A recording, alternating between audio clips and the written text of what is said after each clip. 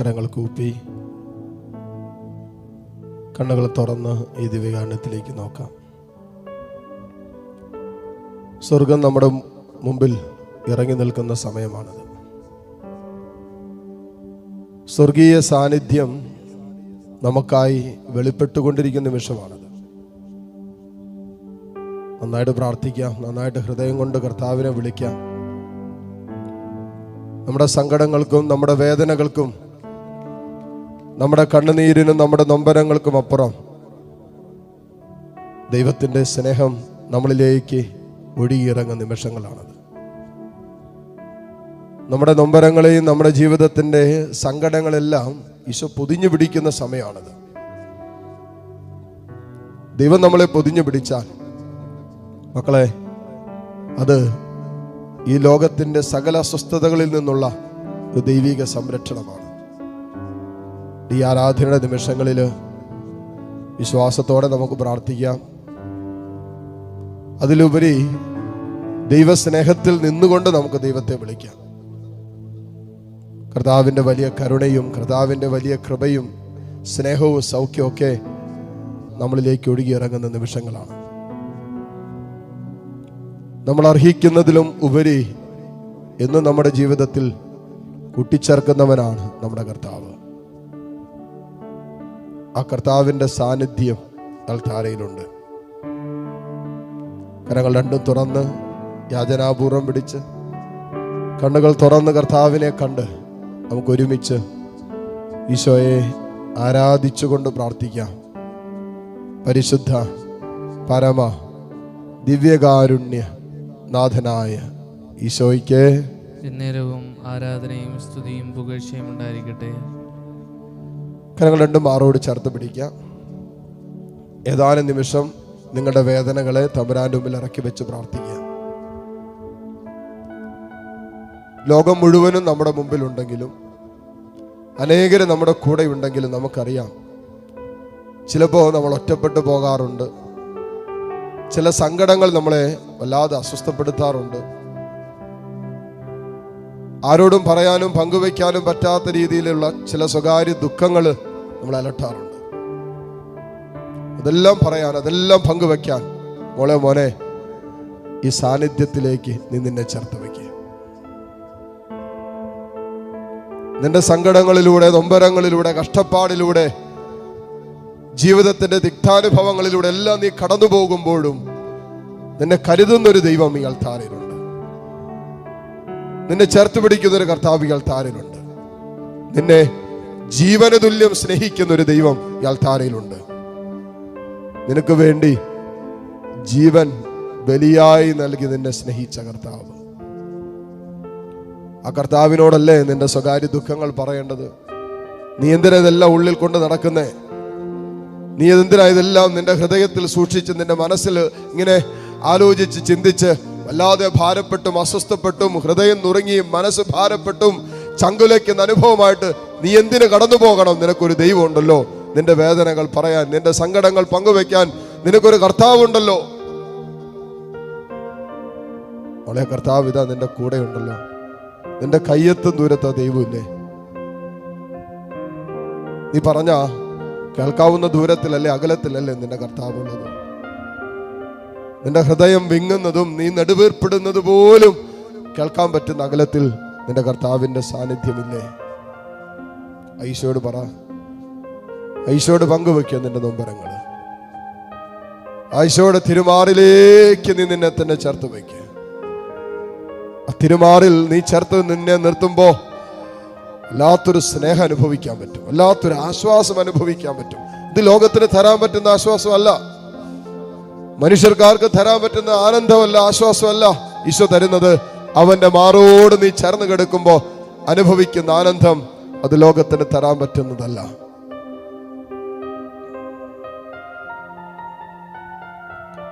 സങ്കീർത്തനം 138 അതിന്റെ 7 മുതലുള്ള വചനങ്ങളിൽ സങ്കീർത്തകൻ ഇങ്ങനെ പറയുന്നുണ്ട്: കഷ്ടതകളിലൂടെ കടന്നു പോകുന്നെങ്കിലും എൻ്റെ ജീവനെ അവിടുന്ന് പരിപാലിക്കുന്നു. കഷ്ടതയുടെയും നഷ്ടങ്ങളുടെയും തകർച്ചയുടെയും ഞെരുക്കങ്ങളുടെയും കണ്ണുനീരിൻ്റെയും നൊമ്പരങ്ങളുടെയും തടസ്സങ്ങളുടെ ഒക്കെ അനുഭവത്തിലൂടെയാണ് കടന്നു പോകുന്നതെങ്കിലും എൻ്റെ ജീവനെ അവിടുന്ന് പരിപാലിക്കുന്നു. എൻ്റെ ശത്രുക്കളുടെ ക്രോധത്തിനെതിരെ അവിടുന്ന് കരം നീട്ടും. അവിടുത്തെ വലത് കൈ എന്നെ രക്ഷിക്കും. എന്നെക്കുറിച്ചുള്ള തൻ്റെ നിശ്ചയം കർത്താവ് നിറവേറ്റും. കർത്താവേ, അങ്ങയുടെ കാരുണ്യം അനന്തമാണ്. കർത്താവിൻ്റെ വലത് കൈ എന്നെ രക്ഷിക്കുന്ന പറഞ്ഞേ, എന്നെക്കുറിച്ചുള്ള കർത്താവിൻ്റെ ആലോചന കർത്താവ് പൂർത്തിയാക്കുന്ന വചനം പറഞ്ഞത്. അത് വിശ്വസിച്ചേ മോളെ, മോനെ, നീ എന്തിന് ഭാരപ്പെടണം? നീ എന്തിന് വിഷാദിച്ചുടലണം? എൻ്റെ ആത്മാവെ, നീ കർത്താവിനെ ആശ്രയിക്കുക. ഇതാ നിന്റെ സങ്കടങ്ങളും നിന്റെ നൊമ്പരങ്ങളും അറിയുന്ന, അല്ലെങ്കിൽ നിന്റെ സങ്കടങ്ങളും നിന്റെ നൊമ്പരങ്ങളും ചേർത്ത് വെക്കാൻ പറ്റുന്നൊരിടത്തിലാണ് മോളെ നീ ആയിരിക്കുന്നത്, മോനെ നീ ആയിരിക്കുന്നത്. തമ്പുരാന്റെ മാറോട് നീ ഒന്ന് ചേർന്ന് കിടന്നേ. ഒരു കൊച്ചു കുഞ്ഞ് അപ്പൻ്റെ അമ്മയുടെ മാറോട് ചേർന്ന് കിടക്കുന്നത് പോലെ യേശുവിൻ്റെ മാറോടൊന്ന് ചേർന്ന് കിടന്നേ. എന്നിട്ട് നിന്റെ സ്വകാര്യ വേദനകൾ ഈശോയോട് പറ. അവൻ്റെ കാതുകളിൽ നീ പറ, മന്ത്രിക്ക്, ഈശോയെ, ഇന്നിന്ന വേദനകൾ എനിക്കുണ്ട്, ഇന്നിന്ന സങ്കടങ്ങൾ എനിക്കുണ്ട്, ഇന്നിന്ന ജീവിതത്തിന്റെ നൊമ്പരങ്ങളുടെ കണ്ണുനീരിന്റെ നടുവിലാണ് ദൈവമേ എൻ്റെ ഈ ജീവിതം. ആരും എന്നെ മനസ്സിലാക്കുന്നില്ലല്ലോ, ആരും എന്നെ സ്നേഹിക്കാനില്ലല്ലോ. എവിടെ ചെന്ന് തൊട്ടാലും നഷ്ടം മാത്രം, പരാജയം മാത്രം. എന്ത് ചെയ്താലും അത് തകർച്ചയിൽ അവസാനിക്കുകയാണ്.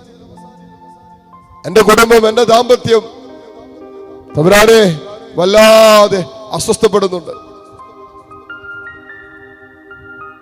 എൻ്റെ സ്വകാര്യ ജീവിതത്തെ നിന്നെ അലട്ടുന്ന ചില പാപത്തിന്റെ മേഖലകളില്ലേ,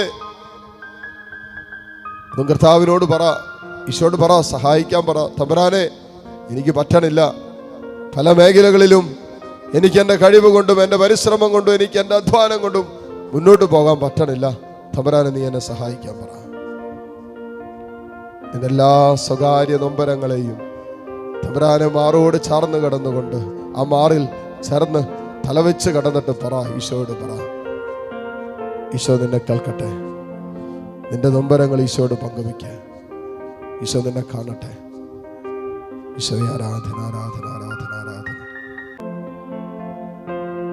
യേശുവേ, നീ എനിക്കായി ഇത്രയേറെ സ്നേഹമേകാ, അടിയനിൽ യോഗ്യതയായി എന്തു കണ്ടു നീ. സ്നേഹമേ, നിൻ ഹൃദയം ക്ഷമയുടെ സാഗരമോ, നന്മകൾക്കു നന്ദിയേകാൻ എന്തു ചെയ്യും ഞാൻ.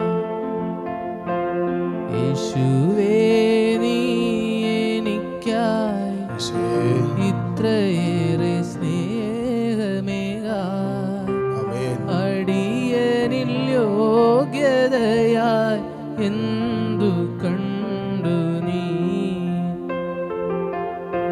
സ്നേഹമേ, നിൻ ഹൃദയം ക്ഷമയുടെ സാഗരമോ, നന്മകൾക്കു നന്ദിയേകാൻ എന്തു ചെയ്യും ഞാൻ. ദിവികാരുണീശോയുടെ ആശീർവാദം സ്വീകരിക്കാൻ ഒരുങ്ങുമ്പോൾ തമ്പുരാന്റെ സ്നേഹത്തിന് നിരന്തരം നന്ദിയുള്ളവരായി ജീവിക്കാൻ കൃപ തരണമേ എന്ന് പ്രാർത്ഥിക്കാം.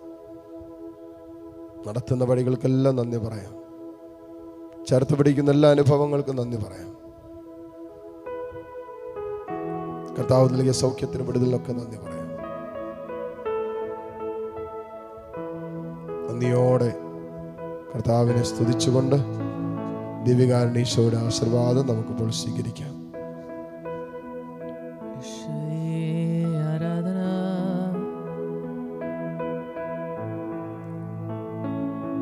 യേശുവേ ആരാധന, ഹല്ലേലൂയ.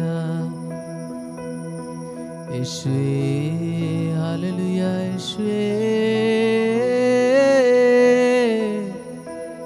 ആരാധന